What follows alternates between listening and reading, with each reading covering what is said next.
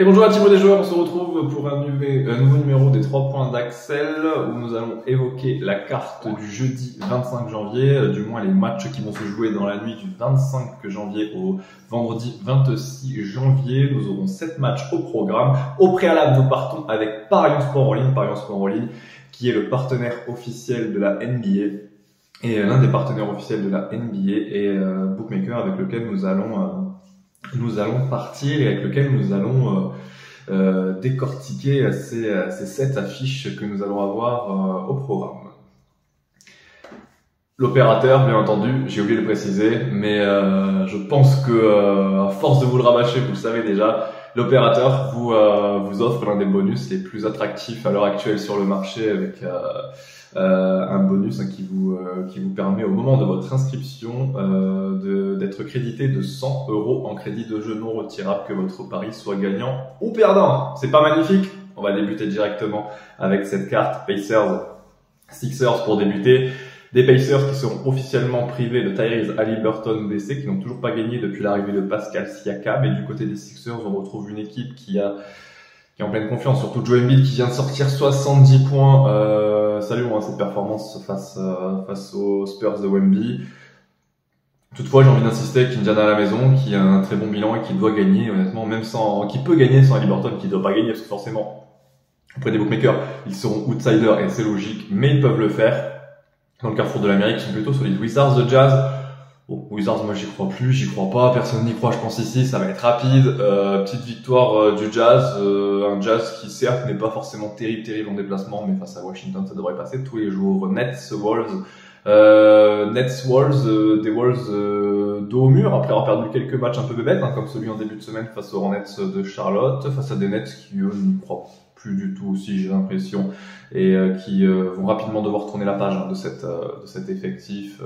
Je pense que les Wolves devraient l'emporter du côté de Brooklyn. Mais une petite victoire des Wolves, bien entendu. Knicks Nuggets, celle-ci elle est très belle aussi comme affiche. Knicks Nuggets, c'est difficile à départager tout ça. On a deux très belles équipes, bien entendu. Sur le papier, quand on dit Denver, c'est bien plus évocateur. C'est une franchise qui a remporté donc le dernier titre NBA en 2023, le premier de son histoire. Denver et comme je le dis souvent, terrible, impressionnante à la maison avec un bilan de 17-4 et joue de mieux en mieux en déplacement avec un bilan de 14-10, mais en déplacement il laisse toujours 2-3 plumes. Pour rappel, Denver, je passe un peu plus de temps avec cette affiche parce qu'elle est importante et c'est peut-être l'une des plus belles de la soirée, si ce n'est la plus belle. Denver n'a plus mis les pieds dans le Colorado depuis le 14 janvier. Ça fait 10 jours que les mecs sont sur la route. 10 jours de road trip. Là c'est le 10e, c'est le dernier, mais voilà, 10 jours où ils n'ont pas vu les familles, où les mecs sont peu reposés, où ils bougent énormément de ville en ville.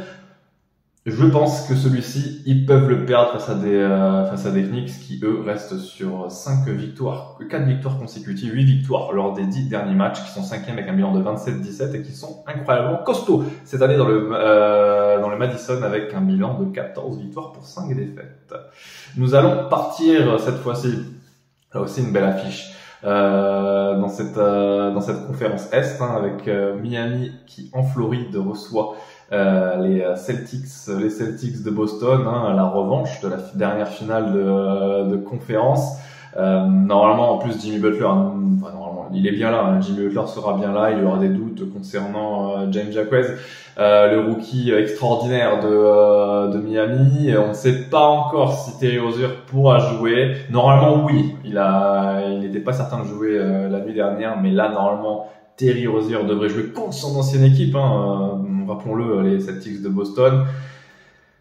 C'est une sacrée affiche. Miami est outsider, mais je pense voir Miami gagner cette rencontre pour la grosse cote. Nous allons conclure avec les 2 dernières affiches, un Warriors Kings, un derby californien, et un Lakers Bulls entre les 2 anciennes franchises de Phil Jackson. Warriors Kings. C'est compliqué parce que les Warriors, honnêtement, c'est dur. Ça arrive en bout de cycle. Tout est poussif avec les Warriors. En plus, ils sont en back-to-back ce soir. Même si je n'aime pas miser contre eux dans la Chase Center, je vais devoir le faire, je pense, ce soir. Donc victoire pour ma part des Kings de Sacramento. Et nous allons conclure donc avec ce Lakers Bulls, un duel légendaire entre ces deux franchises. Lakers Bulls, il est légendaire, hein, certes le duel, mais les Lakers normalement devraient l'emporter avec un potentiel retour de LeBron James. Voilà, j'en ai terminé, les 7 matchs sont traités. Le temps pour moi de vous rappeler que les jeux d'argent sont interdits aux mineurs. Le bookmaker, Paris en sport, hein, comme je vous l'ai dit au préalable, très bon bonus avec ce 100 € crédité sur votre compte, peu importe l'issue de votre pari, qu'il soit gagnant ou perdant. Et on se dit à vendredi pour la dernière vidéo de la semaine. Ciao ciao les amis.